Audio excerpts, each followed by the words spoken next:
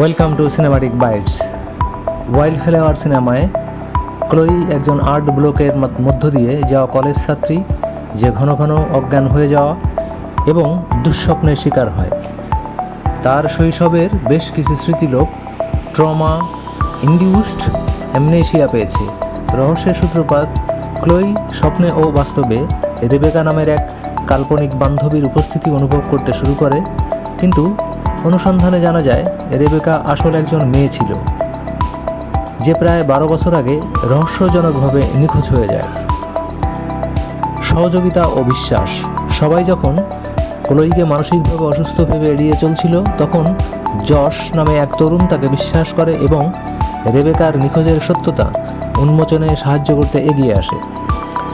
সত্যের উন্মোচন। ক্লোই আস্তে আস্তে বুঝতে পারে যে তার অবচেতন মন ছোটবেলার এক বিভীষিকাময় ট্রমা ও অপরাধের স্মৃতি লুকিয়ে রেখেছিল। ছোটবেলায় রেবেকার সাথে কী ঘটেছিল এবং ম্যাট বার্নস নামের অপরাধী কীভাবে এর সাথে জড়িত ছিল তা ক্লোই প্রত্যক্ষ করেছিল। পরিশেষে অপরাধী গ্রেপ্তার হয়, রেবেকার বিচার নিশ্চিত হয় এবং ক্লোই নিজের অতীত ট্রমা কাটিয়ে উঠে মা ও ঈশ্বরের উপর বিশ্বাসের মাধ্যমে নতুন জীবন শুরু করে।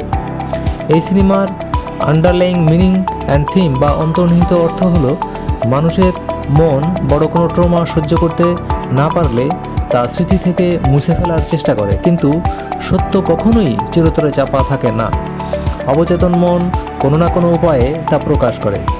ওয়াইল্ড ফ্লাওয়ার বা বুনোফুলের প্রতিটি অর্থ প্রতিকূল ও কঠিন পরিবেশেও বুনোফুল যেভাবে ফুটে ওঠে, ঠিক তেমনই জীবনের গভীরতম কষ্ট ও অন্ধকার ট্রমা কাটিয়ে উঠে মানুষের স্বাভাবিক জীবন ফিরতে পারে।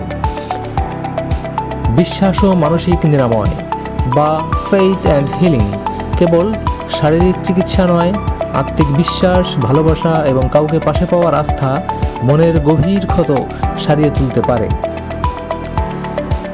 এই সিনেমাটি দেখতে চাইলে ডেসক্রিপশন বক্সে লিংক দেওয়া আছে, লিংকে ক্লিক করুন, সিনেমাটি উপভোগ করুন।